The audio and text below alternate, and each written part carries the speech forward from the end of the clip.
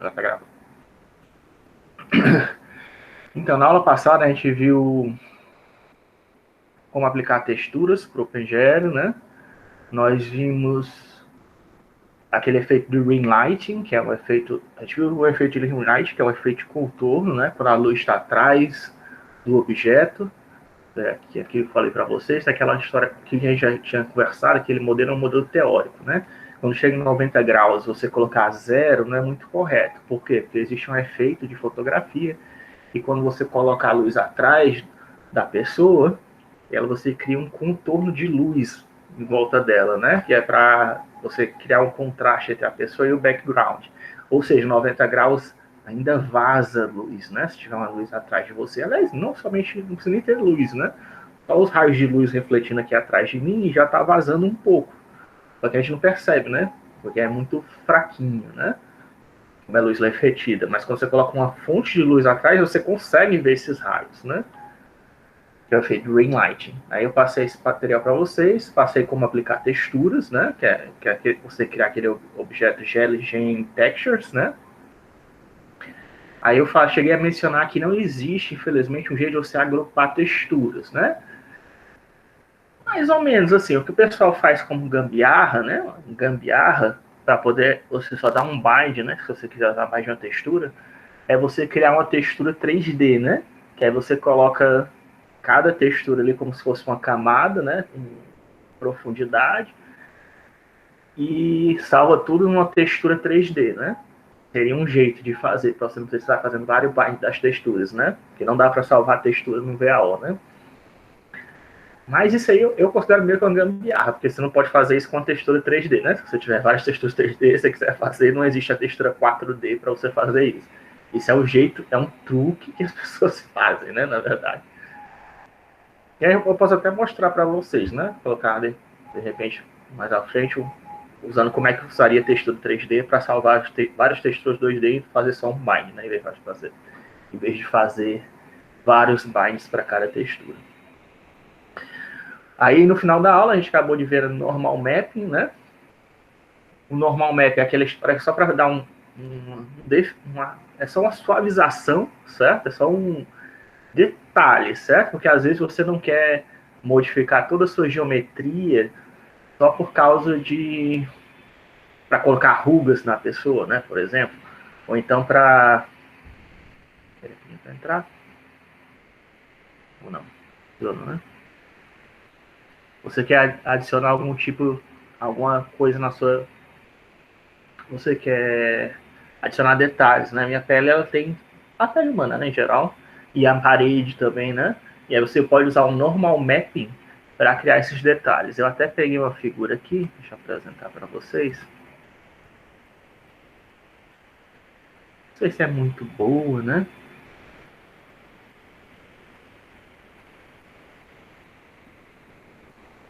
Entire screen. Tá todo mundo vendo minha tela? Peraí, vai apresentar ainda. Tô vendo. Tá todo mundo vendo minha tela, né? Agora, eu espero. Bem, esse aqui é o que a gente fez, né? Ó, que é no site de um cara lá da Universidade de Brown, certo? Isso aqui é com textura, né? Você fazendo normal map, adicionando o mapa de normais, cria um pouco de relevo, mas ainda não é muito, tá? É só uns detalhezinhos. E existe uma técnica chamada de parallax, tá? O parallax é que cria, dependendo da técnica que você usar, né? Esse aqui é o parallax normal, esse aqui é um Steve Parallax, que é uma técnica que o cara inventou. Já cria já uma noção maior de relevo, né? Reforça o relevo, né? Que é para você poder fazer isso, você tem que usar um displacement map, certo? Além do mapa de texturas de normais, você usa um displacement map para criar o parallax mapping, tá? Aí com o parallax mapping você cria uma noção maior de relevo.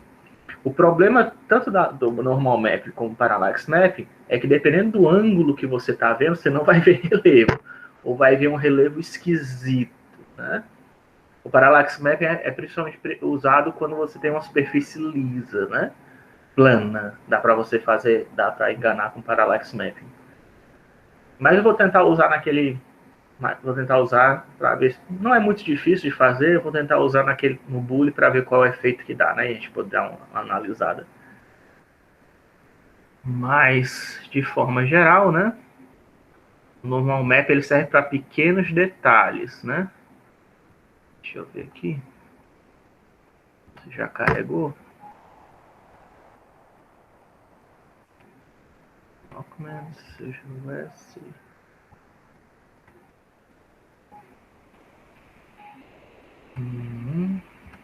já está com o normal mapping. Eu passei isso aqui para vocês, né? Sendo que isso aqui eu ainda vou explicar, tá? O do normal mapping.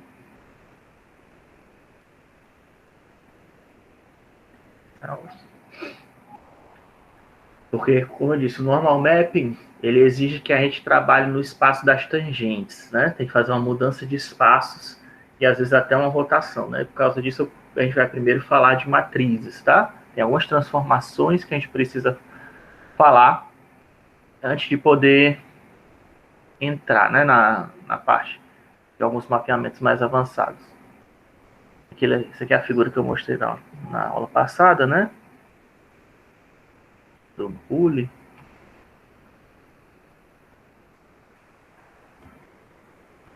Né, que esse efeito aqui de exemplo, que eu estou mostrando aqui, ele ainda é só devido às normais, né? Não faz a textura, não tem nada a ver com a textura, certo? Mas tem um outro aqui, esse metal plate aqui, que eu peguei depois. Tô até misturando, aqui é metal 32 color, né?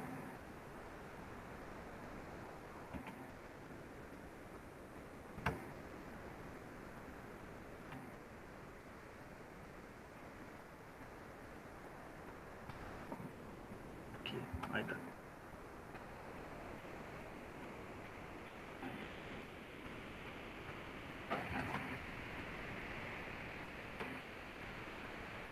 Certo?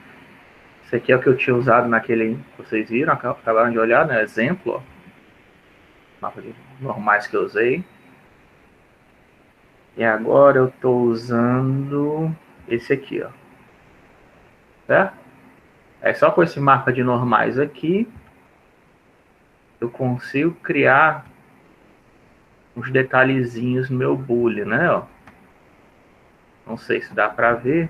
Vou colocar o magnifier, ver se ajuda.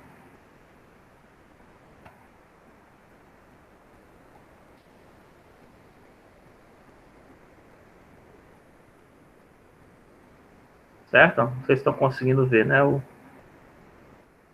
Tem esses Vzinhos, né? Que tá mostrando ali aqui atrás, né? Eles só aparecem porque eu estou fazendo mapeamento normais, né? A superfície ainda continua lisa, certo? Mas é uns detalhezinhos que eu estou adicionando graças ao mapa de normais, né?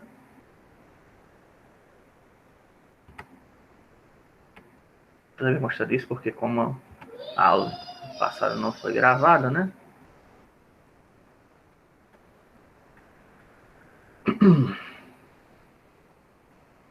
Sim, então, para a gente poder fazer essas transformações, a gente tem que mexer um pouquinho com matrizes, certo? Que é a aula de hoje. Certo?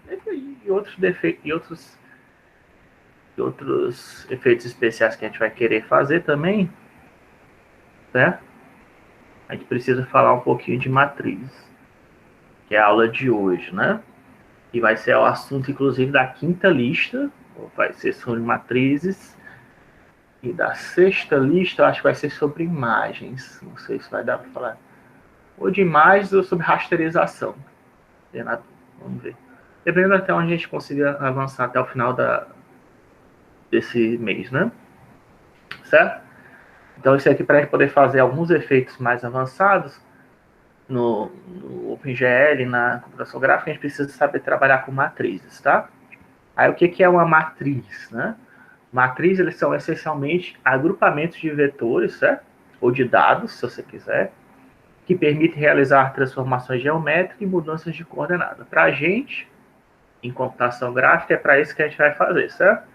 Então, para poder realizar transformações geométricas, quer dizer o quê? Rotação, translação, escala, shearing, qualquer outra operação, certo? E também para fazer mudanças de coordenadas, certo? Mudanças de coordenadas, as duas principais que a gente vai usar é essa que precisa para o espaço de normais, que é a TBN, que você precisa, que a gente, para poder fazer um mapeamento de normais, a gente tem que mudar a figura de mapeamento de normais normalmente vem no espaço tangente, a gente tem que converter esse espaço tangente para coordenadas do mundo, ou para coordenadas do objeto. Né? Para fazer essa mudança de base, a gente usa uma matriz chamada TBN. Ou então também para a gente poder criar uma câmera virtual. A gente já tem uma câmera virtual no nosso modelo, né? Que está sempre apontando, está sempre olhando para a tela, né? Naquela posição, naquela direção 0, menos 001 menos 1 ou 001, depende de como você mapeia o seu objeto. Mas você poder ter uma câmera que se move em relação ao cenário, a gente precisa mapear as coordenadas do mundo para coordenadas da câmera, certo? Isso também é uma mudança de base que você tem que fazer. E para fazer essa mudança de base, a gente precisa usar matrizes, tá? Matrizes, eles, ao contrário de um vetor, né? Um vetor seria o quê? Um vetor no formato de uma matriz seria como se fosse uma matriz que possui apenas uma linha e n colunas, né? O matriz 2D ele teria só uma linha e duas colunas, se a gente fosse ver um vetor como uma matriz, tá? Nesse caso aqui, essa aqui é a matriz mais simplesinha que existe, que é a matriz 2x2, tá? Ela tem duas linhas e duas colunas. A gente considera que esse elemento aqui vertical é chamado de coluna, tá?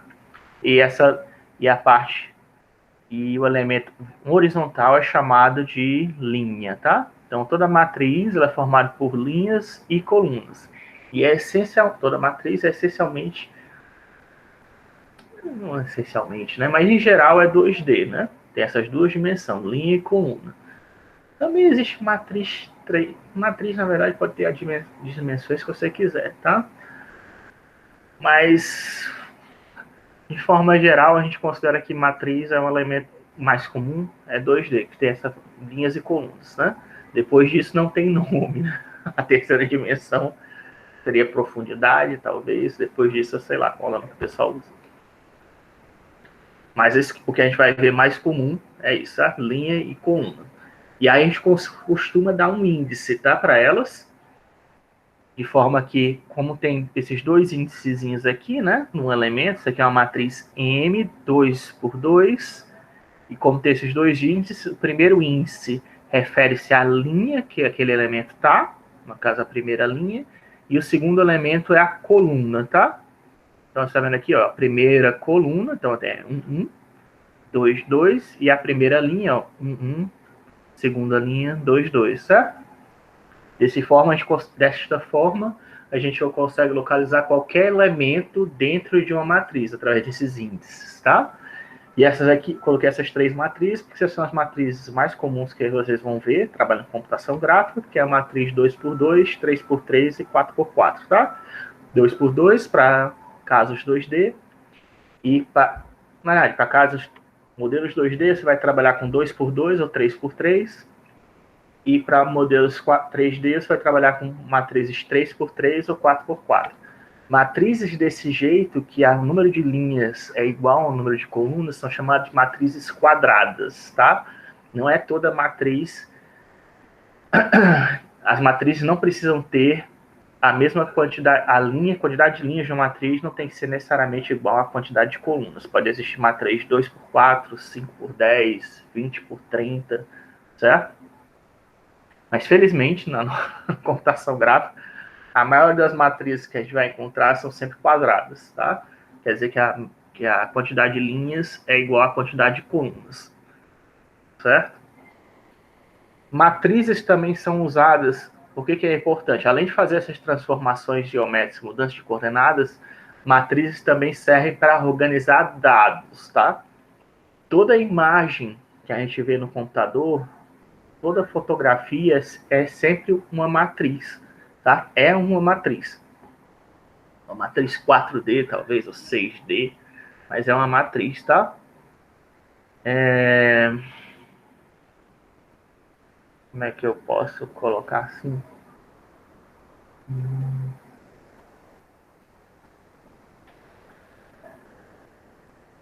Nós temos, olhando essa figura aqui, certo?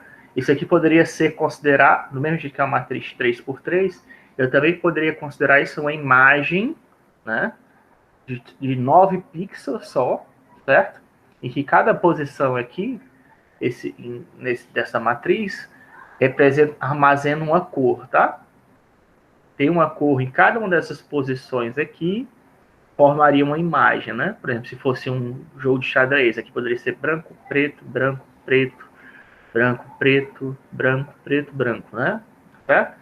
E armazena as cores branco e preto aqui nessas 0 e 1, né? Poderia ser 0, 1, 0, 1, 0, 1 para armazenar o branco e o preto. Isso aqui faria uma matriz de preto e branco, né? Para exibir uma imagem, um pequeno tabuleirozinho de xadrez de 9 pixels, né? É lógico que a nota, quando a gente fala, tem uma resolução de 1028 por 768, é uma matriz gigantesca, né? E nesse caso, veja que a quantidade de linhas não é igual à quantidade de colunas, né? 640 por 480, né? Você tem 640 linhas por 480 colunas de pixel, né? Ou então tem 800 por 600, 800 linhas de pixel por 600 linhas de 600 colunas, né? De pixels. Ou seja, matriz é um negócio que é usado com bastante frequência, né? Em computação gráfica. Quando a gente quer fazer a transformação de um objeto, né? Como eu falei, a gente usa a matriz. E o que é uma transformação, certo?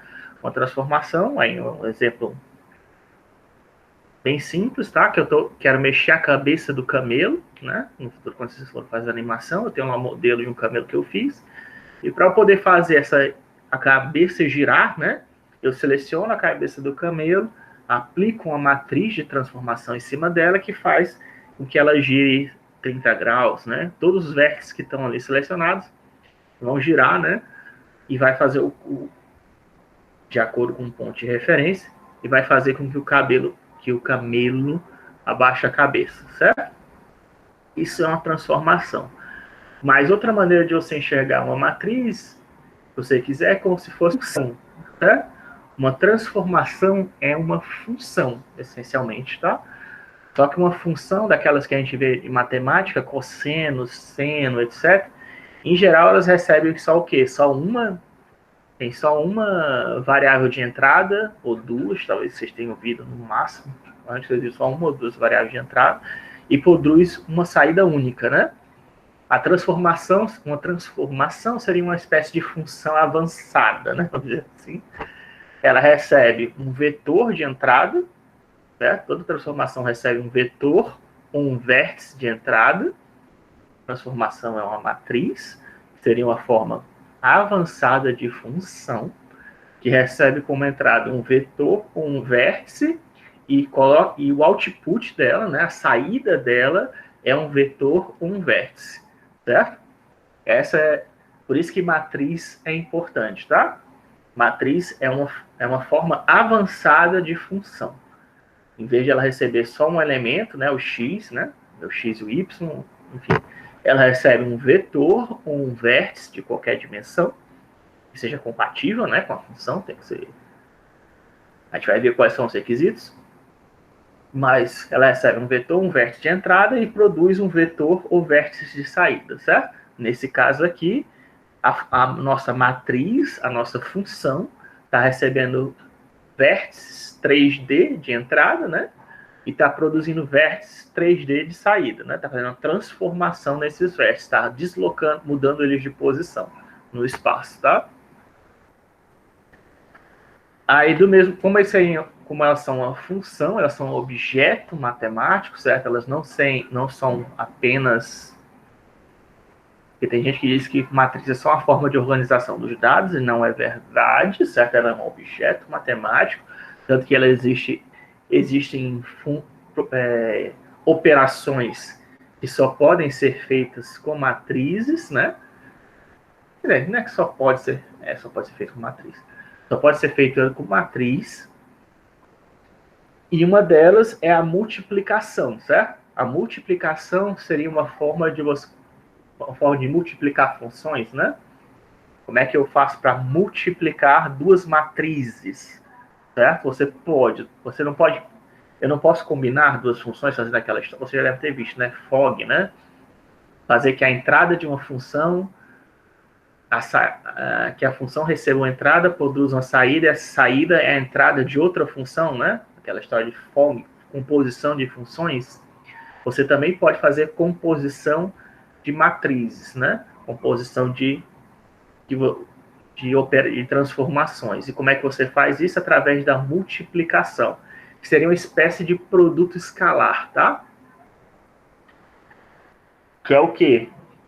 Se vocês quiserem fazer, como eu acabei de falar, a matriz, ela efetua alguma transformação do seu objeto, rotação, translação, que a gente vai ver aqui daqui a pouco. Mas você pode combinar todas as transformações para reproduzir uma única matriz que faz todas aquelas operações de uma vez, tá? Seria a composição de funções, né? E aí para fazer isso, você faz a multiplicação.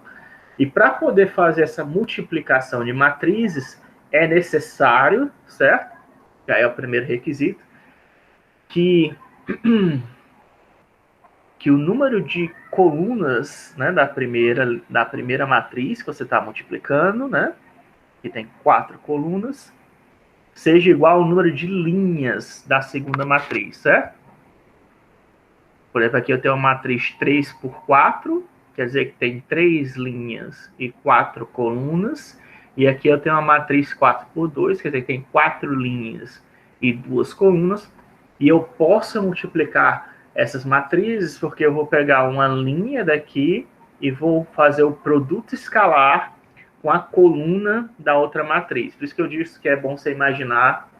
Eu acho interessante vocês começarem a pegar isso e imaginar que tanto linha como colunas numa matriz são vetores, tá? Isso ajuda bastante você imaginar dessa maneira. Porque a multiplicação das matrizes é simplesmente o produto escalar da linha da primeira matriz com a coluna da segunda matriz, tá? Fazer essa produto da linha da primeira matriz com a coluna da segunda matriz, isso é o que permite combinar operações, tá? É o produto escalar. É lógico que no caso, como a gente vai sempre trabalhar com matrizes quadradas, isso aí você não precisa nem se preocupar com esse requisito, tá? Computação gráfica, mas é só para vocês saberem que esse é o requisito, tá? É só ver aqui a matriz 3 por 4, ó, certo? O número de colunas tem que ser igual ao número de linhas, né? Que na verdade você está fazendo pegando o vetor linha da primeira matriz e fazendo o produto escalar com o vetor coluna da segunda matriz, certo? Aí aqui eu coloquei a representação que eu mostrei para vocês, né? Que tem um elemento com os dois índices que posicionam no espaço, mas aqui eu coloquei como vetores, só para vocês tentar ficar mais claro, né? Ó, aqui tem 3 vetores, o x, o y, o z, o k, e aqui também tem 2 vetores, ó, rx, ry, rz, rk, e aí eu fazendo o produto escalar de u com r, ó, vai dar a primeira posição da matriz resultante, u com s vai dar a segunda linha, né? O elemento da segunda linha, segunda coluna da matriz resultante, né? E aí fazendo v com r, produto escalar de v com r, v com s, w com r, w com s, vai produzir a matriz resultante, certo? E aí se a gente vê o que acontece, ó, quando a gente faz essa multiplicação. Se eu tenho uma matriz 3 por 4 multiplicado por 4 por 2, né? O que acontece? Esse 4 aqui some, né? E esses 3 e 2 é preservado, ó. Você acaba com a matriz 3 por 2, tá? Que é justamente o produto escalar de U pro R, U pro S, V com R, V com S, W com R, W com S. Tá dando para ver que a multiplicação de matriz, apesar de ser chamada multiplicação, tá? Eu não sei por que é chamada multiplicação, não sei quem achou que era legal chamar de multiplicação, mas não é multiplicação, tem nada de multiplicação, né? Não é multiplicação. Mas se você pegar qualquer livro de álgebra linear, seja qual for, você sempre vai ver multiplicação de matriz, mas não é multiplicação que você está fazendo, cara. Multiplicação é 2 vezes 3 igual a 6. Isso é multiplicação. O que o que a gente está fazendo, a gente está multiplicando, tá, mas a gente também está somando os componentes, né? Está pegando a linha, está multiplicando os componentes correspondentes com as colunas as colunas da primeira matriz com as linhas da segunda, está multiplicando os elementos correspondentes, mas está somando também. Isso aí não é multiplicação. Multiplicar e somar não é multiplicação. É produto escalar, né? Na verdade, o que a gente está fazendo, o correto seria chamar de produto escalar. Multiplicação, não. Mas, eu tô dizendo, é assim que é escrito nos livros, tá? Infelizmente, por um motivo ou outro, quem criou isso, quem primeira pessoa a fazer isso chamou de multiplicação e por razões históricas está chamando de multiplicação até hoje, certo? Mas para vocês verem que não é a mesma coisa. E por que é importante que vocês tenham isso na cabeça, né? Vocês saibam disso. Porque também é possível fazer multiplicação de matrizes, tá? E como é que seria a multiplicação de uma matriz para o outro? Nesse caso, multiplicação real, né? Vamos dizer assim, matriz real. Seria você pegar duas matrizes de exato mesmo, tem que ter o mesmo tamanho nesse caso, e aí você multiplicar um elemento da primeira linha, primeira coluna, com a primeira linha, primeira coluna do outro, certo? Primeira linha, segunda coluna da primeira matriz, com o elemento da primeira linha, segunda coluna do outro. Estão entendendo? Dá para fazer isso também para soma, para subtração e para divisão. E você faz isso, professor? Faz. Quando é que você faz isso? Para combinar cores. Você lembra na aula passada que eu falei para vocês que quando você quer combinar cores, né, de textura ou de mapeamento, a gente não multiplica, certo? Então, você tem duas imagens e você quer combinar as cores de uma com outra, você multiplica. E aí, para fazer essa multiplicação, não vai ser uma operação de transformação, de transformação.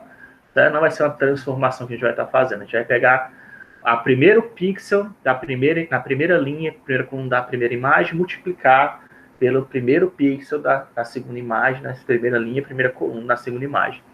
Certo? Para fazer essa combinação de imagens. Certo? Isso aí também existe, essas operações, se você ver no Photoshop, no GIMP, eles permitem você fazer isso, somar, dividir imagens, multiplicar. Essas operações, o que ele está fazendo é isso, tá? Componente por componente, multiplicação componente por componente, soma componente por componente, e faz sentido, tá? Para a computação gráfica. O cara de álgebra linear talvez achasse isso horroroso, mas para a computação gráfica tem utilidade tem utilidade prática e real, tá? Existe até um mapeamento de oclusão, certo? Que você tem tipo, eu quero inserir sombras no meu modelo, né? Para eu poder inserir sombras no meu modelo, eu posso gerar um mapa de sombras.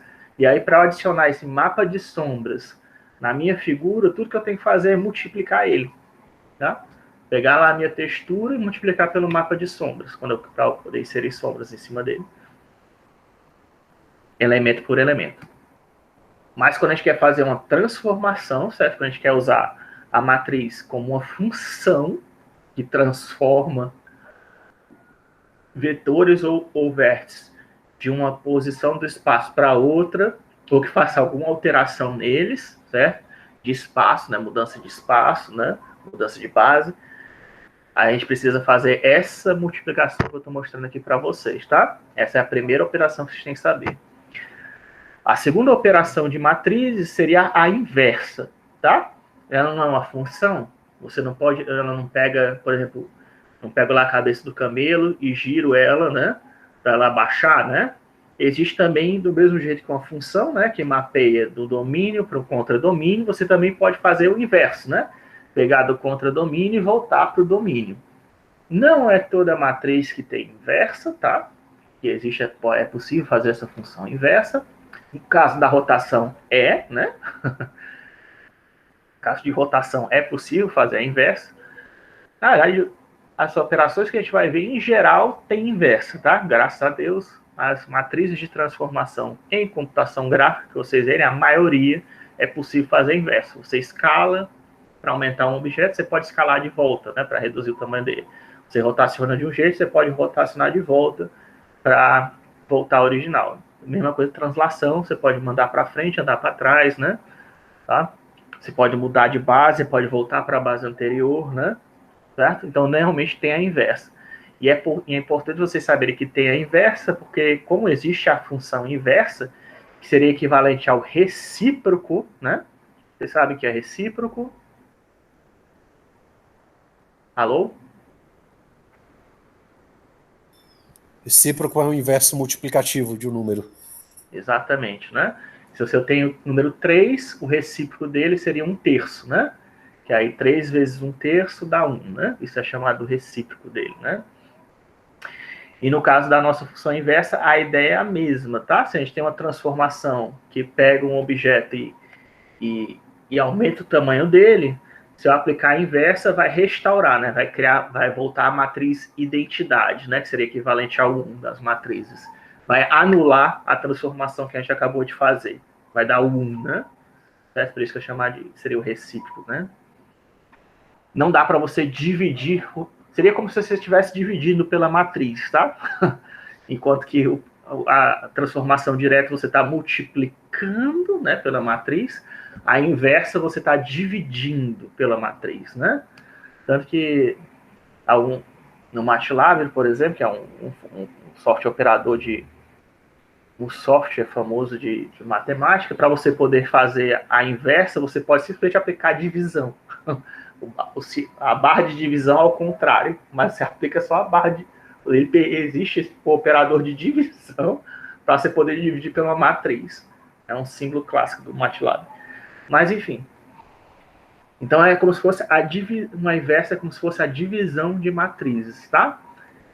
E processo de cálculo de inversa é complicado, tá? Não existe sempre, né? Primeiro requisito, certo? A matriz tem que ser quadrada, felizmente para a gente, computação gráfica, as matrizes são todas quadradas em geral, né? Mas tem que ser quadrada, o determinante não pode ser zero, que é uma operação que eu vou falar daqui a pouco para vocês. E, aliás, mesmo você ainda pode fazer ainda existe meio de você fazer uma pseudo-inversa, né? Que seria uma aproximação do resultado que você está procurando, certo? Embora não seja...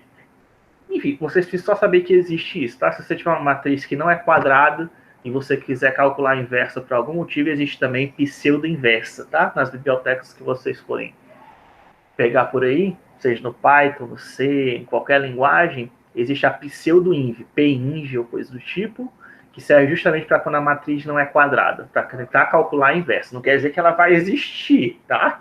É só para tentar calcular a inversa.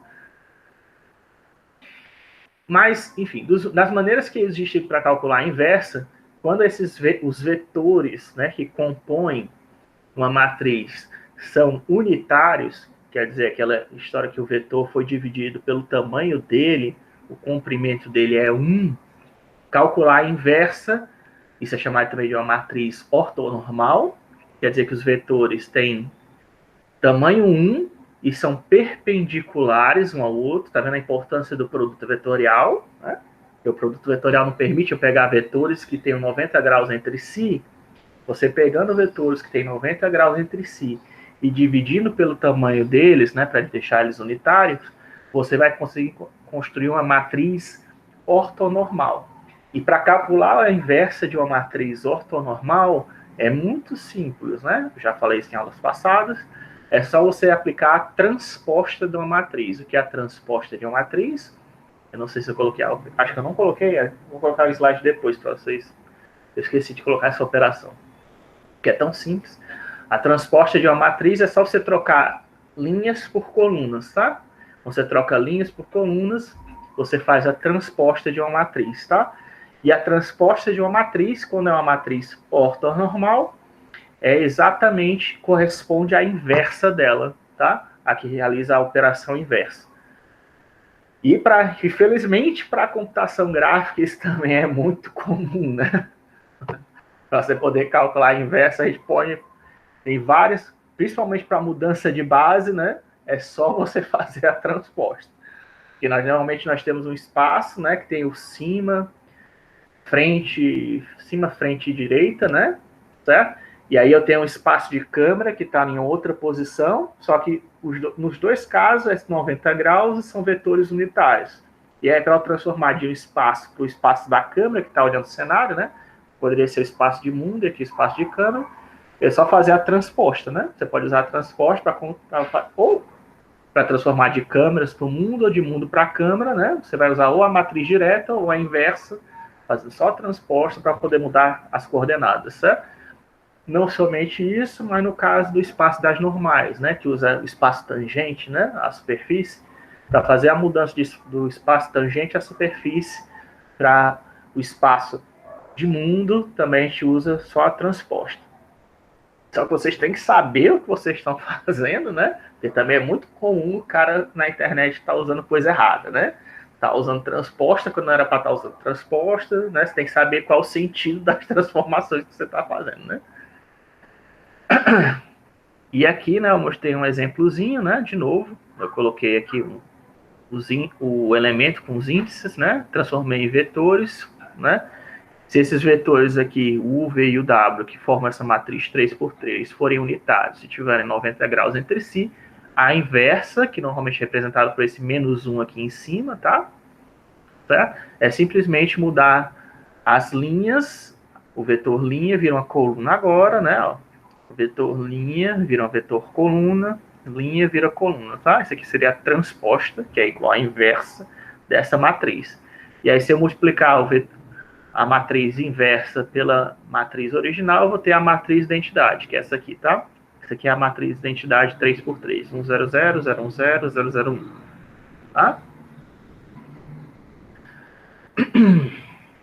Tudo bem até agora?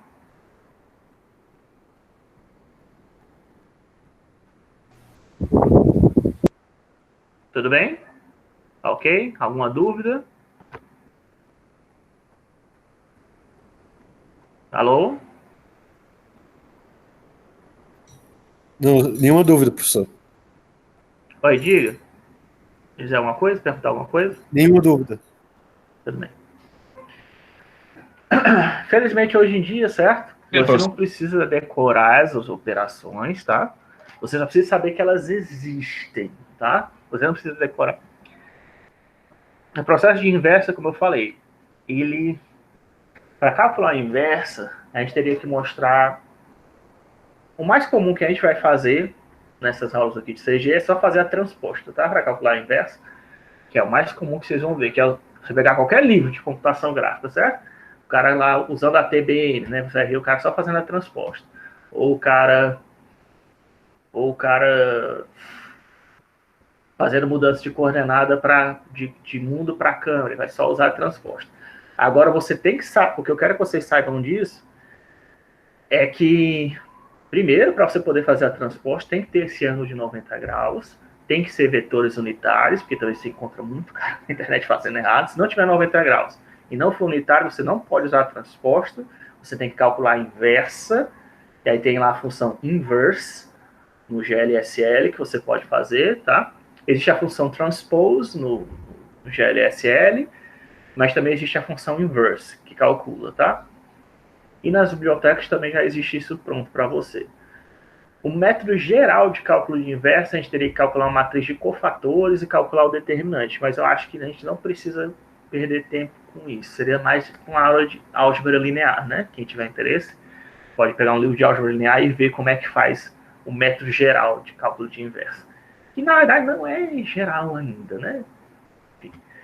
Mas é o jeito mais comum de você calcular a inversa pela matriz de cofatores. Mas aí isso aí eu deixo como só para quem tiver curiosidade, quiser ver como é que calcula essa ou pseudo-inversa também, você pode ir num livro de álgebra linear, que aí lá tem, tá? Mas eu não vou perder tempo de aula explicando isso. Para a gente, como eu disse, o mais comum que a gente vai ver é só o cara aplicar a transposta. Eu só quero que vocês saibam que para poder fazer essa história de transposta como inversa, tem que ter 90 graus entre os vetores e tem que ser vetores unitários, para vocês não fazerem besteira que nem o pessoal na internet faz. Se não tiver vetor unitário e não for 90 graus, não pode, tá? Você tem que usar a função inverse. E aí você vai ter uma biblioteca que faz isso automático para você. Outra operação que existe além da transposta, a gente já viu aqui a multiplicação, que é a operação da transformação de forma direta, a inversa, que é o sentido contrário, a transposta, a gente viu meio que indiretamente, que é só mudar linhas por colunas, e a gente também tem agora o determinante, tá? Essa aí é a última operação que eu vou falar aqui que é possível fazer com matrizes, tá? O determinante, ele tem várias utilidades, certo? Um deles é para calcular a inversa, mas a gente vai ver isso mais no futuro, certo? Que o determinante ele ajuda a gente a calcular uma coisa chamada autovalores e autovetores, tá? Autovalores e autovetores é importante porque ele permite, você consegue substituir uma matriz por um vetor, tá? Em vez de usar uma matriz para realizar uma operação, às vezes você pode usar um vetor para fazer aquela mesma operação. E você poder fazer isso, é lógico que é ótimo, né? Tem várias... Serve tanto para redução de dimensionalidade, como para fazer alguns efeitos em animação, tá? Por isso que é importante você também saber determinante, tá? A gente vai usar isso mais em animação, quando for tiver a parte de animação. Mas, então, por isso que eu estou mostrando logo para vocês o que é o determinante. O determinante similar de forma inversa não é uma maneira única de fazer, tá? Não é, até mesmo aqui no caso que eu vou mostrar para vocês, 2D e 3D não é a mesma coisa, calcular o determinante. Mas acima disso também fica mais complexo. Mas felizmente, né, para a computação gráfica, a gente vai fazer ou o caso 2D ou o caso 3D, né?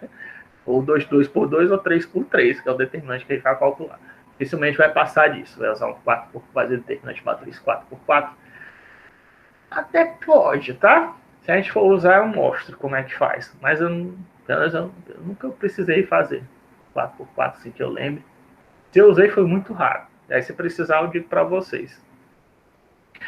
Mais determinante de matriz 2x2, certo? Que é o comum que a gente conta com a computação gráfica, está aqui no canto, certo? Ó, é só pegar a diagonal da matriz e multiplicar, certo? Eu pego o x vezes vy mais, né? Isso aqui vai ser positivo, o produto desses dois elementos vai ser, vou colocar um mais na frente, e o produto desses dois elementos eu vou colocar um menos na frente, tá? Porque por isso eu coloquei esse maisinho e esse menusinho. Então vai ser o x vezes vy menos o y vezes vx, tá? Isso é o determinante de uma matriz 2x2. O determinante de uma matriz 3x3 ó, já é um pouquinho diferente. Você vai ter que pegar as duas primeiras colunas e repetir, tá? Eu repito, coloco aqui fica como se fosse a quarta coluna e a quinta coluna, certo? A primeira coluna vira a quarta coluna, a segunda coluna vira a quinta coluna, e agora eu faço aquelas diagonais de novo, tá? Do mesmo jeito que eu fiz aqui na segunda, né? Mas não é a mesma coisa, né? Se fosse a mesma coisa, eu teria que repetir coluna aqui, né? Também, aqui eu não repeti. Teria que repetir pelo menos uma coluna para fazer duas setas, né? Tá vendo que eu não fiz isso? Então eu faço aqui 3 setas, né? Matriz 3D é 3 setas, matriz 2D é só uma seta que você faz. E aí agora é a mesma coisa, tá? Ó, o x vezes vy vezes vz vai ser o produto desses três elementos, soma, mais o produto desses três elementos, mais o produto desses três elementos, menos o produto desses três elementos, menos o produto desses três elementos, menos o produto desses três elementos, tá? Isso vai dar o determinante de uma matriz 3x3, tá? É lógico que, tipo, na prática você não precisa decorar essas operações, eu quero só que vocês saibam como é que faz, tá? Só para vocês terem uma ideia como é que é o cálculo. E aí quando a gente for usar uma biblioteca, vai lá existir normalmente uma função tipo determinante, que já calcula isso automaticamente para você. Mas, no caso de determinante específico, é bom você saber, enfim. A gente vai... Porque isso aí a gente vai usar no cálculo de autovalores e autovetores, né? Mas também tem... Enfim, é só para vocês terem uma noção do que tipo de operações a gente faz com matriz, né? E nesse caso aqui a gente está usando as diagonais, né? E como vocês vão usar isso, né? Como vocês usariam isso depois em outros cálculos, né? Caso seja preciso. Também é bom, eu não coloquei aqui, mas é bom você saber que existe um tal de número condicionante, tá? De uma matriz. O número condicionante de uma matriz diz o quanto que ela é quão estável numericamente ela é, tá? Eu não vou falar disso para você, só vou mencionando aqui por cima. Que quem quiser, talvez seja bom também dar uma olhada nisso. Talvez eu fale isso mais quando for falar em animação, tá? E quando a gente faz uma operação, às vezes, várias vezes, como a representação de números no computador não é perfeita, tá? Às vezes pode começar a inserir erros, tá? Numa transformação. E aí, para esses erros acumulados, podem causar problemas. Para você medir o grau de erro que uma transformação por matriz insere no seu modelo, você pode usar esse elemento condicionante, tá? Para tentar medir isso. Mas isso aí eu acho que eu vou falar mais disso em animação. No momento aqui, o que eu quero que vocês saibam de matriz é isso, tá? Que ela é uma transformação, ela é essencialmente como se fosse uma forma avançada de função, certo? Existe a multiplicação, que é a aplicação direta ou você serve tanto para você aplicar a função. Se eu quiser aplicar essa matriz aqui num vetor ou num vértice, certo? Seria uma matriz 4x1, né?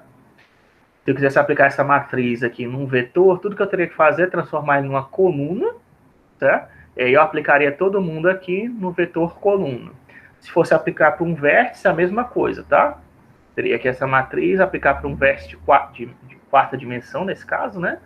Mas aí eu aplicaria essa matriz, essa transformação, essa função, num vértice ou num vetor de quarta dimensão, tá? Quando você faz essa operação em matrizes, você faz uma transformação em cima de uma matriz, porque você pode também fazer a transformação tanto em cima de um vetor, de um vértice, mas também pode fazer a transformação em cima de outra matriz. Você faz isso em outra matriz, você está combinando o efeito das transformações, tá? Está reduzindo a transformação numa só. Quando é uma matriz desse tipo, que tem linhas de colunas diferentes, não dá muito certo, né? Porque você está perdendo informação. Mas como as nossas matrizes, normalmente vão ser todas elas 3x3, 2x2, 4x4, você consegue combinar e manter uma transformação única que não sai da dimensão que a gente está trabalhando, né? Ela está contida na dimensão que a gente está trabalhando, que é ótimo, né? E a gente consegue, desse jeito, colocar várias rotações, translações, efeitos, etc., tudo numa matriz só. Fazer uma composição de transformações para ter uma função só que realiza tudo que a gente está querendo. Isso essa matriz normalmente é chamada matriz de modelagem, tá? Que faz essas transformações. É a ou também chamar de Model View Matrix, né? Antigamente, você pode até combinar com a visualização também, né? Com a matriz de mudança de base. E aí, fazendo uma matriz só, você ficaria a matriz de Model View, por exemplo. Antigamente, no OpenGL, era chamada de Model View. A inversa é que faz o contrário da transformação que a gente fez, né? Se uma leva do domínio para o contradomínio, de um conjunto para o outro. Se tiver uma matriz que transforma dados em imagem, existe a inversa que transforma imagem em dados, tá? Que seria a matriz inversa. É a mesma função, só que faz o processo inverso. Ela não existe sempre, e se for vetores, os vetores que compõem a matriz tiverem 90 graus entre si, forem unitários, você consegue usar só a transposta para fazer isso. Felizmente, em computação gráfica, isso é comum. E o determinante, né, que serve para você transformar a matriz em um número só, certo? Toda matriz vira um número só, não existe só o elemento condicionador, que talvez eu fale no futuro para vocês, também faz a mesma coisa, transforma a matriz toda em um número só. E isso tem utilidade, que é para tanto para calcular a inversa de forma geral, mas também para calcular autovalores e autovetores que a gente vai ver no futuro, certo? Essas são as três operações que eu quero que vocês saibam, pelo menos. Determinante, inversa e multiplicação, né? Tá? Aí agora vamos ver as caras das matrizes, tá? Agora que a gente sabe quais são as operações que tem na matriz, né? A gente não viu... Você lembra que ponto... Isso que eu acabei de falar, aquilo equivalente que a gente viu antes, né? O ponto, a principal operação que a gente faz não é a média, né? Nos vetores, a principal operação que a gente faz é o produto escalar e o produto vetorial, né? Na matriz, as principais operações que a gente faz são essas que eu acabei de falar. Determinante, inversa e multiplicação, que na verdade não é multiplicação, né? Se lembre disso. Multiplicação é só porque é razões históricas que é chamado de multiplicação. Mas na verdade é como se fosse um produto escalar. E o determinante é como se fosse um produto vetorial das matrizes que a gente falar, né? É como se fosse o produto vetorial. Não é o produto vetorial, mas é como se fosse o produto vetorial, tá? Dá para você usar o determinante, inclusive, para calcular o produto vetorial de dois vetores. Então, aí quem são as matrizes, né, mais comuns? Primeiro é a matriz identidade, certo? A matriz identidade, ela sempre tem nos elementos, é sempre uma matriz 0 por 0. Você imagina uma matriz do tamanho que for, toda cheia de zeros, tá? E nos elementos que o índice é igual, o índice da linha é igual ao índice da coluna, você coloca um 1, certo? Ou seja, a diagonal principal da sua matriz é formada por 1, certo? Isso é a matriz identidade, certo? É o elemento neutro da nossa operação transformação geométrica, tá? Ela é até usada como uma forma de... Oi? Falar uma coisa? Assim, professor, eu quero fazer uma pergunta sobre determinantes. Diga. Sobre a interpretação geométrica e física que eu posso tirar deles. Tem alguma? Interpretação geométrica? Não, a interpretação geométrica que eu falei deles é como se fosse um produto vetorial, né? A ideia seria essa, né? Por Mas, exemplo, eu vi umas videoaulas de álgebra linear hum, que, por exemplo, se eu tenho um objeto qualquer, aí eu aplico nele uma transformação de uma matriz quadrada, hum, o volume dele vai ser multiplicado pelo determinante da matriz. Aí, por exemplo, nesse caso, o determinante ele determina o quanto o volume do objeto vai se expandir ou retrair. uhum. Essa eu Eu acho que é não, de uma interpretação geométrica possível para o valor determinante. Eu sempre tive dificuldade de entender por que é que alguém inventou essa operação. Tipo, dificuldade de entender qual é a utilidade dela. a utilidade. Não, mas o que eu falei é que o problema é que a aplicação determinante ela não tem só uma função, tá? Você acabou de citar uma que eu, por exemplo, nem conhecia, certo? Mas eu sei que determinante, por exemplo, é usado tanto no cálculo de inversa, certo?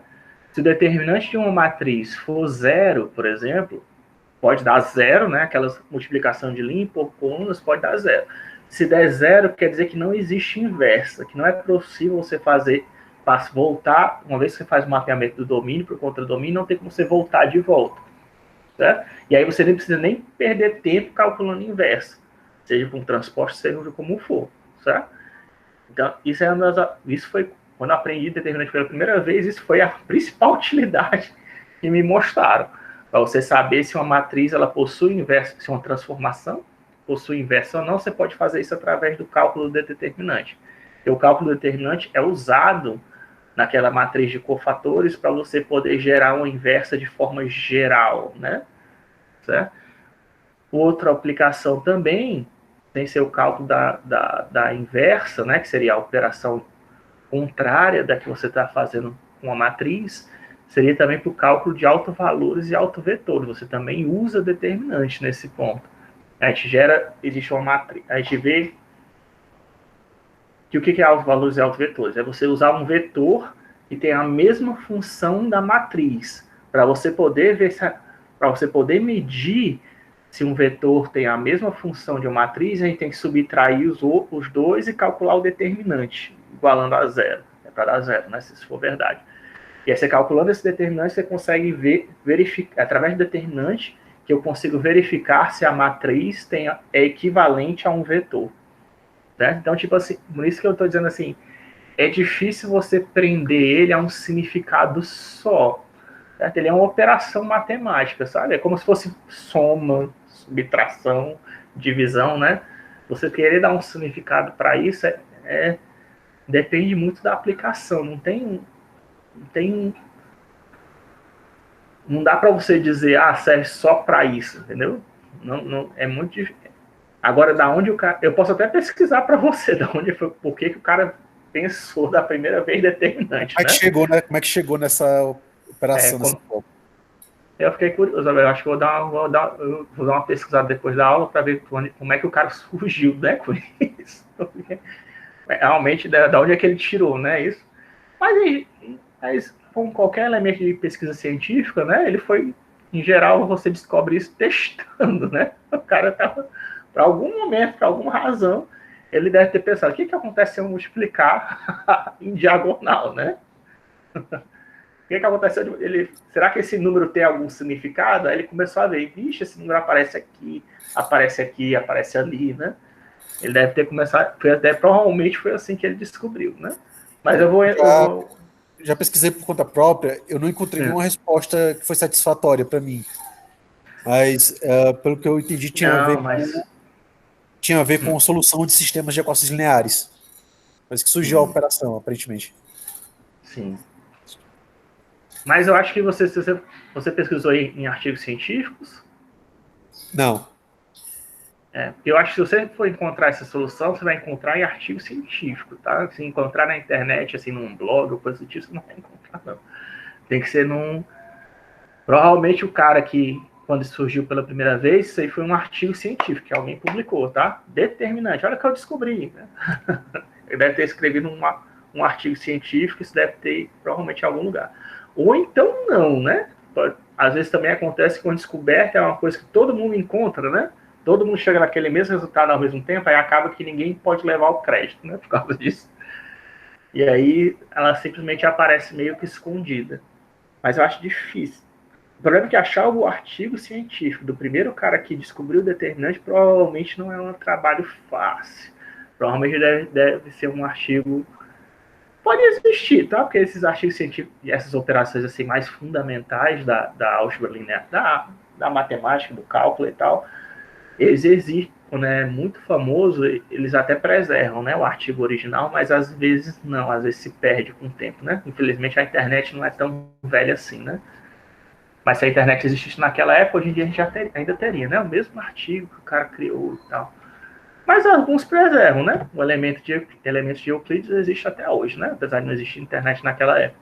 Depende, né? Pode ser que encontre, pode ser que não encontre, tem que procurar, né? Como eu disse, eu vou tentar ver se eu encontro. Que aí eu leio o artigo e eu digo para vocês qual era a ideia do cara, como é que ele chegou naquilo, né? Mas se você for encontrar qualquer elemento assim de matemática que você quiser ir mais a fundo, você tem que tentar ler os artigos, procurar por artigos científicos. Aí como é que você vê isso? Através do Google Scholar, certo? Web of Science, a CAPES tem um site lá de periódicos que você pode procurar também. Tem alguns sites que você encontra esse tipo de coisa, né? Específicos, né? Ou então a sociedade matemática, né? Também tem alguns grupos de matemáticos na internet que se for, ele tem, às vezes tem journal associados à Associação de Matemáticos dos Estados Unidos. Você vai lá, isso seria uma boa ideia também, sabe? Tem tanto hoje em dia na internet você encontra esse tipo de coisa, Associação dos Matemáticos Internacional. Aí você vai lá no fórum e pergunta, onde surgiu determinante? Talvez alguém já tenha até feito essa pergunta. E aí você encontra um matemático mais curioso já foi atrás disso, né? E já encontrou. Ou então ele pode te mandar o paper, né? Para você ver o artigo científico. Em inglês seria paper. Certo? Então, voltando aqui a aula, né? Tudo bem? Eu vou ficar devendo a resposta disso para você, né? Mas eu vou atrás. Eu acho interessante isso.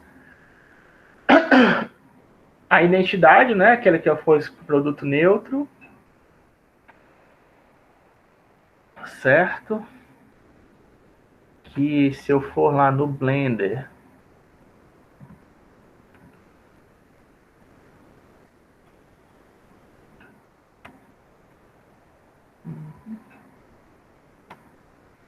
tem o nosso cubinho ali, né? Deixa eu ligar aqui o Magnifier.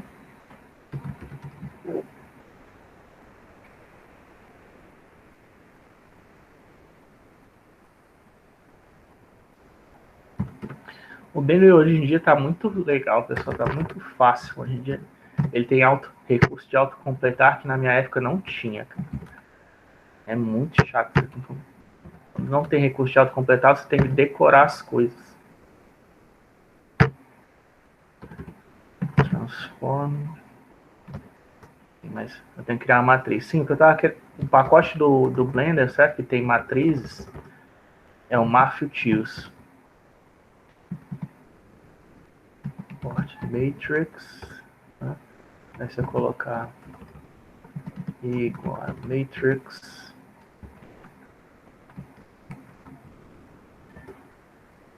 Não sei se é assim.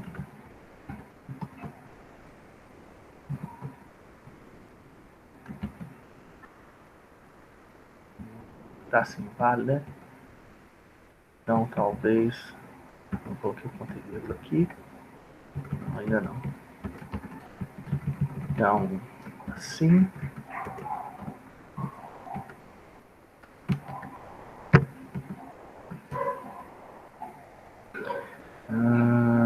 Matrix. Será que eu vou colocar 3x3, hein? Matrix. Tem Identity.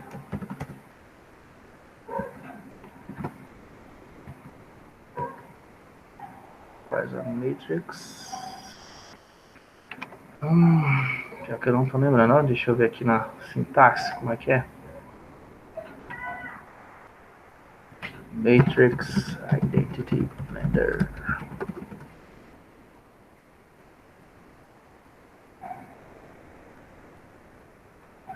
Não vai dar para encontrar, né? Deixa eu ver, 100. Não vai não, né? Ah, cara. Tô na dúvida agora, mas deixa eu mostrar aqui. Mas tem outro jeito de a gente pegar essa matriz. Faz tempo que eu não mexia nisso. bpi.ob mesmo obj data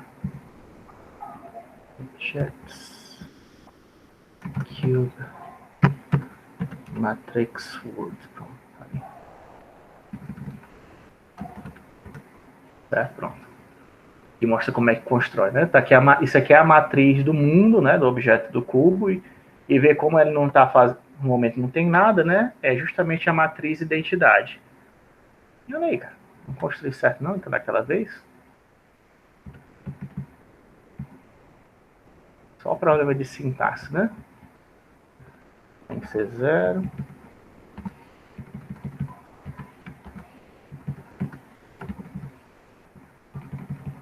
Tá faltando um parênteses a mais, é?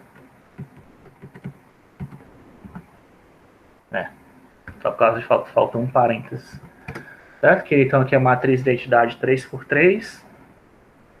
Se eu pegar lá na minha BPI data meshes cube transform e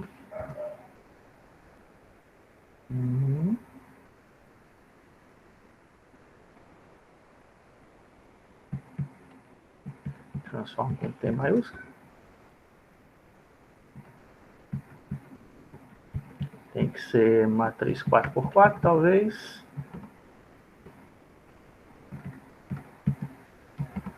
0, 0, 0, 1, 0. E aí, 0, 0, 0, 1.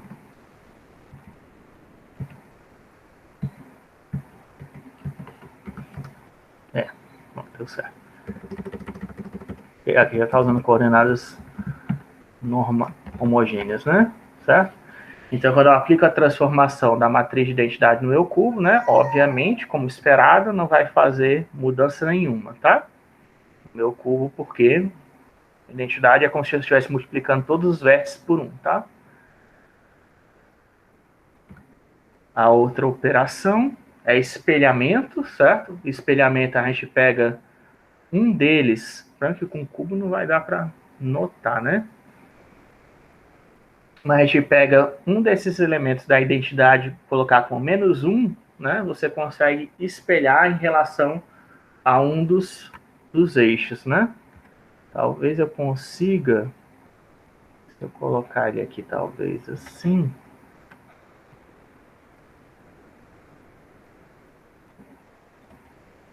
E aí, vai perguntar ainda Magnifier. Vamos, Magnifier, mostra a minha tela, por favor. Ah, ele está querendo mostrar o... Pronto. Então, se a gente pegar aqui, é no caso X, ou Z.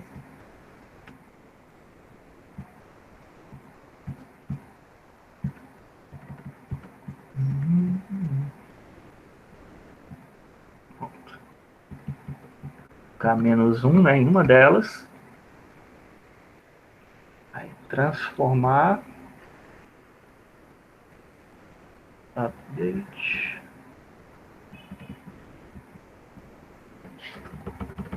Escrevendo, né? Deixar de ser preguiçoso.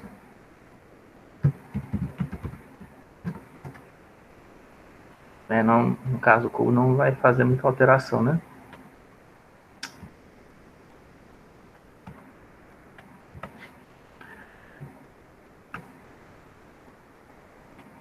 Talvez só fossem coordenadas do objeto. Mas nas coordenadas do objeto, eu perdi muito tempo com isso. Enfim, porque tem coordenadas de mundo e coordenadas de objeto. Quando eu trabalho naquele OBJ que vocês viram antes, eu estou trabalhando em coordenadas de mundo, tá? Quando eu trabalho nesse meshes, eu estou trabalhando em coordenadas locais do objeto. E aí, com coordenadas locais, mesmo afastando ele ali para o lado do Z, eu ainda estou nas coordenadas locais dele, o 00 ainda está no meio dele. Aí, mesmo fazendo espelhamento em Z, não vai causar nenhum efeito visual aparente. Enfim. Mas queria só mostrar as matrizes, né? A gente está chegando no final da aula, né? Hoje. A gente vai continuar, obviamente, na próxima aula, né? Mas espelhamento, que é só você pegar a mesma matriz de identidade, colocar o XYZ como menos, que é você vai fazer um espelhamento no eixo XYZ, certo? Espelhamento quer dizer você... Para que isso serve? Essa operação tem utilidade? Tem, que é quando você quer fazer o efeito de reflexo, tá?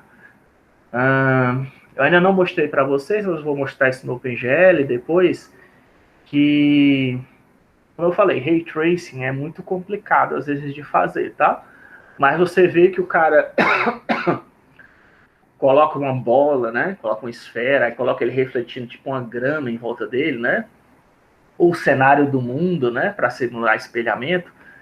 Até jogos antigos também tinha, né? Você chega assim no banheiro com um bonequinho, aí você consegue ver o espelho do boneco, o seu boneco refletido. Como é que ele faz isso, professor? Se Ray Tracing é complicado, de repente o jogo nem tinha Ray Tracing, por causa dessa operação de espelhamento, tá? Você consegue fazer isso. Você, no caso do mundo, é comum o pessoal colocar um skybox, tá? Que é chamada, eu vou mostrar isso, talvez eu mostre para vocês isso na próxima aula de OpenGL que a gente tiver. Colocar colocar o nosso objeto dentro de uma esfera, certo? E nessa esfera tem uma textura dela que projeta raios nos elementos que tem o componente lá de Phong, né? Que causa espelhamento. Ou então colocar o objeto dentro de um cubo. Também pode, certo? Você coloca o seu cenário inteiro dentro de um cubo que tem textura nas 6 faces do cubo, tá? Ou dentro de uma esfera, que aí é uma textura só para a esfera, ou então dentro de um cubo que você coloca textura nas 6 faces do cubo e aí aquele cubo projeta em cima do seu objeto, tá? Para criar um efeito falso de espelhamento. Eu digo falso porque você não está calculando Ray Tracing. Se você colocar 2 objetos na cena, não vai aparecer um objeto refletido no outro, né? Mas os 2 objetos vão refletir o cenário em volta, né? Que é o Skybox, né? O Skybox, ou Sphere Box, enfim, o que você tiver criado, tá? E eu vou mostrar isso para vocês poderem pelo menos simular o efeito de espelhamento, mesmo sem Ray Tracing. E aí um jeito de fazer isso é justamente através dessa matriz, tá? De espelhamento, por isso que é importante ver matriz, tá?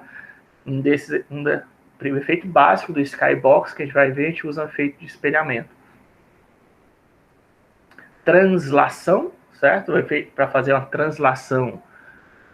E aí que tá, né? Quando você vai fazer translação em 2D ou 3D, não dá para você fazer usando uma matriz 2x2, tá? Transformações gerais em 2D você consegue fazer usando uma matriz 2x2. Transformações 3D em geral, você consegue fazer uma matriz 3x3, mas para poder fazer translação, você não consegue, você tem que ir uma dimensão acima, tá? Você tem que usar uma matriz 3x3 para fazer translação em 2D, ou usar uma matriz 4x4 para poder fazer translação em 3D, tá? Porque eles entram aqui como um vetor coluna, tá vendo? Ó? Um vetor coluna que vai ser somado ao x e y, z, no caso aqui da nossa imagem, tá? Tá que por isso que não dá para ser uma matriz 3x3, né? Ó, se fosse 3x3 ia acabar aqui, não ia ter com quem somar, né? O vetor ia estar aqui em cima, né? Então a gente tem que ir mais uma para ter os 3 coordenados e esse cara ser somado com ele, né? Poder fazer a translação. É lógico, como eu já falei, isso você não precisa necessariamente fazer isso. O único problema, se você não quiser usar a matriz 4x4, é que aí você teria que somar um vetor, né? Você teria... existiria um método único, você não poderia fazer composição de transformações, né? Você teria que fazer translação como operação à parte, né? Aí, para não ter que fazer a translação como operação à parte, que vai ser uma soma de vetor, a gente aumenta essa dimensão, né? Certo? E aí a inversa é bem facinho, né? Ó, é só colocar menos, né? Que vai dar o contrário, vai subtrair, né? O vetor que você foi somado vai ser subtraído, né? Isso aí seria a inversa da translação, né? Sei que acho que tá... Tem que ser... Tá. Eu vou testar aqui, mas acho que não tá correto aqui. Um detalhe que eu esqueci de falar, né? Que a multiplicação de matrizes, a ordem importa, tá? Também não é só questão de A vezes B, não é a mesma coisa que B vezes A, tá? No caso de matriz, quando a gente faz composição de transformações aqui, né? Dá para ver, né? Eu posso fazer, esse caso aqui, eu tenho uma matriz 3x4, 4x2, é possível fazer a transformação de A vezes B, mas não é possível fazer B vezes A.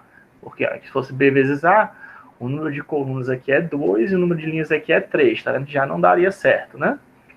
Mas mesmo uma matriz quadrada, você fazer uma matriz 3x3, se A fosse 3x3 e B fosse 3x3, embora seja possível fazer A vezes B e B vezes A, o resultado não seria o mesmo, tá? Porque pode ser que, de repente, A é rotação e B é uma translação. Fazer girar e depois transladar é diferente de transladar e depois girar, né? Faz sentido, né? A ordem importa. E no nosso caso, quando a gente for fazer transformação, a gente sempre vai usar a ordem da pré-multiplicação, certo?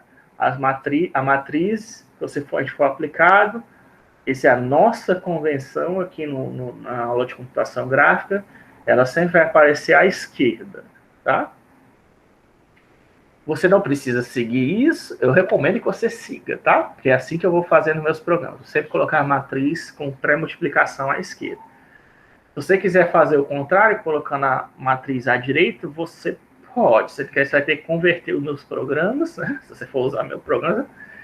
E é bom você tentar manter isso constante em todo o seu código, tá? Siga só um padrão, para você não se confundir. Por isso que tem aquele problema que eu falei na internet, o cara mistura transposta, a inversa com a direta, ele aplica a matriz no lugar errado, porque ele pega um código que o cara está usando pré-multiplicação e mistura com um código que o cara está usando pós-multiplicação, né? Está usando multiplicação à direita ou à esquerda, ele mistura os códigos, né? Achando que é tudo a mesma coisa, né? E não é. Porque multiplicação né? 3 vezes 2 é a mesma coisa que 2 vezes 3. Tem uma comutatividade, né? Matrizes não tem, tá? Isso. Você não pode usar uma matriz que eu peguei num código lá, fazendo a multiplicação de um jeito, aplicar direto no meu código, né? Que vai dar o mesmo resultado. Não é assim. Você tem que ver que lado que ele está fazendo a multiplicação no código que eu peguei na internet, né? Eu tenho que replicar exatamente a mesma coisa no meu código, né?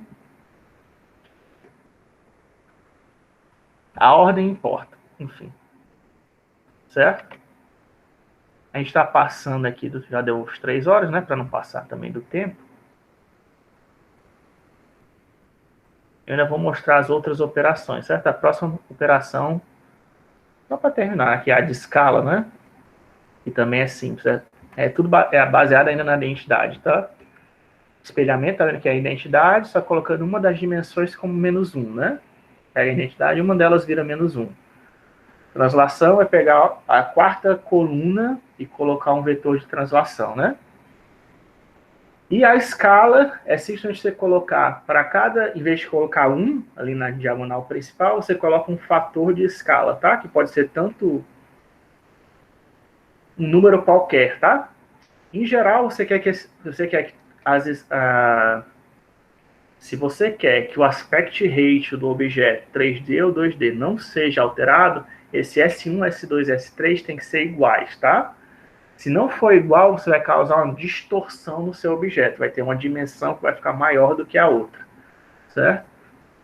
Para você manter a razão de aspecto de um objeto, razão de aspecto, o que é a razão de aspecto? É você dividir o número de linhas de uma matriz pelo número de colunas, tá? Se for 3D, a razão de aspecto seria o número de linhas, colunas e profundidade, né? Seriam as 3 dimensões, né? Que seria chamada de razão de aspecto. A razão de aspecto, ela diz como a sua imagem deve ser exibida, tá? Isso é importante. A gente vai falar isso quando eu falar de imagens, tá? Eu estou adiantando um pouquinho aqui. Por exemplo, as TVs tradicionais, elas usam razão de aspecto 4:3, tá? Cinema tradicional é 16:9, tá? Quer dizer, se eu dividir a largura pelo comprimento, vai obter 16:9, né? O comprimento pela largura, 16:9. Certo? Isso é importante porque quando você vai fazer às vezes você faz um vídeo numa determinada razão de aspecto para poder exibir numa TV, você tem que fazer uma adaptação, né? Já devemos ter visto esse tipo de problema, né? Quando você pega um filme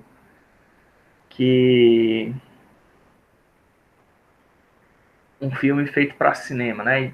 Tradicional 16:9, né? Que 16:9 não é nem cinema, é chamado de widescreen, né? Você pega um filme de widescreen, tenta passar numa TV tradicional, fica aquelas barras pretas em cima e embaixo do cinema, porque a TV é 3:4, né? As TVs modernas não, as TVs mais modernas eu acho que ela já vem em widescreen, mas a TV tradicional, que você encontra na casa da sua avó, sei lá, de um tio, você vai ver que aparece uma barra preta na imagem, tá? Por causa dessa mudança de razão de aspecto, que você tem que considerar. E apesar disso, mesmo que tenha TVs hoje em dia widescreen, você vai ver que a maioria dos filmes, eles não seguem uma razão de aspecto só, tá? Cada produtor de cinema, cada pessoa, quando faz uma produção, seja do tipo de for, de computação gráfica, eles usam as razões de aspecto mais variável possível. Não existe...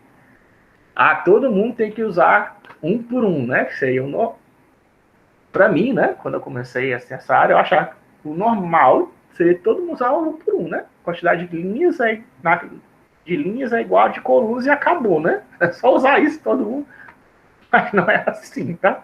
Tem gente que acha mais bonito usar 16:9, tem gente que quer, porque dá para mostrar uma região maior, né, do seu cenário. Não, mas tem cara que quer usar 20:11, tem cara que quer usar 40:75, sei lá. Enfim. Existem as resoluções mais variadas possível. Você, se for trabalhar nessa área, você tem que saber isso, que você vai ter que fazer a conversão, tá? E aí, para fazer essa conversão, o que você vai fazer justamente a matriz de escala, tá? A matriz de escala você vai fazer conversões entre razões de aspecto, tá? Tudo bem? Com isso eu vou acabar essa aula, a gente vai voltar a isso na aula que vem, vai ter mais discussão de matrizes, talvez a gente tenha mais umas 2 aulas de matriz, eu pensei que ia dar mais coisa, mas a gente teve uma discussão que era importante dessa aula. Mas que eu vou falar agora, vou falar de outras transformações, vou falar de mudança de base, e depois eu queria falar em imagens, né, também para vocês. Não sei se eu já adianto, tá? Se eu já adiantar, porque aí encaixa, né? Porque uma imagem é matriz. Encaixar os dois assuntos. Certo?